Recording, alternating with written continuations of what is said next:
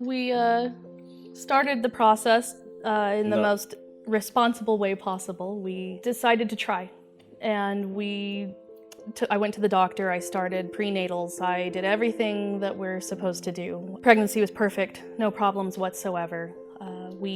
On February 28th, 2012, we had a loss, and we never found out why, and we never knew what the reason was. They ran all the tests they possibly could on me, and nothing ever came up.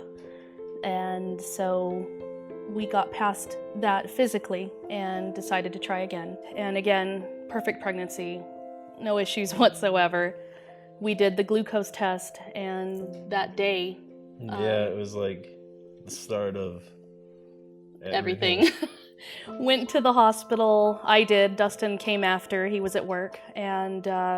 we went to a radiologist, and she said that she's never seen anything like this before. And sent us home. Yeah, sent us home. Went on bed rest, and Dustin said, since you're on bed rest, you might as well go rest. So I did, and 45 minutes later, I wake up and I knew something was happening, and I ran to the bathroom, and in the meantime, we're calling our doctor, and they had us lined up so that we didn't have to wait in the ER and explain everything, which is great. They take us upstairs, and the nurse was saying, oh, you've lost some blood, okay. Probably not a big deal, you're 23 weeks. And I said, no, it is a big deal. There's more than I've ever seen. And they checked everything, and I guess she and I are now friends, and she said she went into the hall and started screaming for help. They started talking about transporting the baby because we are not a level 3 hospital. That he would have to leave. The best case scenario would be him going inside of me still to the hospital, and that there was a chance they could lose me in the transport.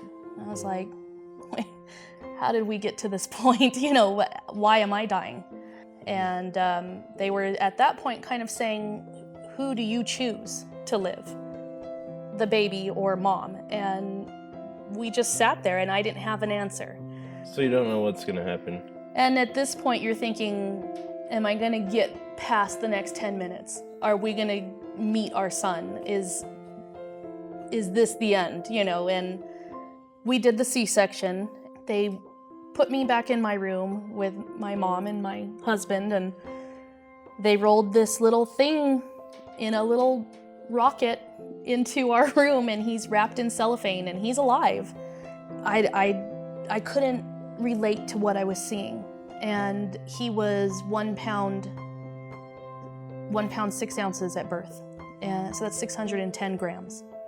At 23 weeks and 2 days, I didn't even hit 6 months pregnant, and I was barely showing, and this baby didn't have a chance to get his act together at all. And so we were able to give him everything we could up until that point, but from that point on, he was on his own. And he had to develop in an incubator on the outside. And it was just one bad day after another, and he wasn't gaining, and he wasn't eating, and he needed blood transfusions. And at that size, they said he had a tablespoon of blood in his entire body. And they did heel sticks every day, and they were drawing blood gases, and they were... multiple times a day. All day. And called them vampires. Yeah, every time they walked in, Dustin would be like, another vampire. Like, he only has a tablespoon. You're taking like this much out of a vial. He was there for 178 days. He fought for every ounce, every gram that he gained, every pee-pee diaper, every bit of output that he had, every good day that started to happen, he fought for it. So we sat by him, and we prayed with him, and we just watched this kid do amazing things. It was a constant battle and a constant, just, is this gonna work? Is this not gonna work? And they'd try different things. They never stopped. They never gave up on him. We had an amazing doctor. We had amazing nurses, and they just, with our help, they helped him thrive. People come to you and they're like, well, did March of Dimes do something for you?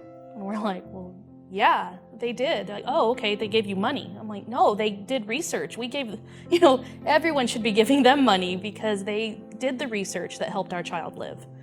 There's so much room for growth and awareness and research. And I just feel like, after going through what we went through, there's got to be a lot of us that are willing to stand up and say, hey, we'll help you. Definitely. We'll tell you about it and help with your experience if at all possible. Mm-hmm. He wasn't walking during our last video in high heels for high hopes. He was crawling, and he was over a year old. He walked on his own quite well 2 days after Christmas last year. Yeah.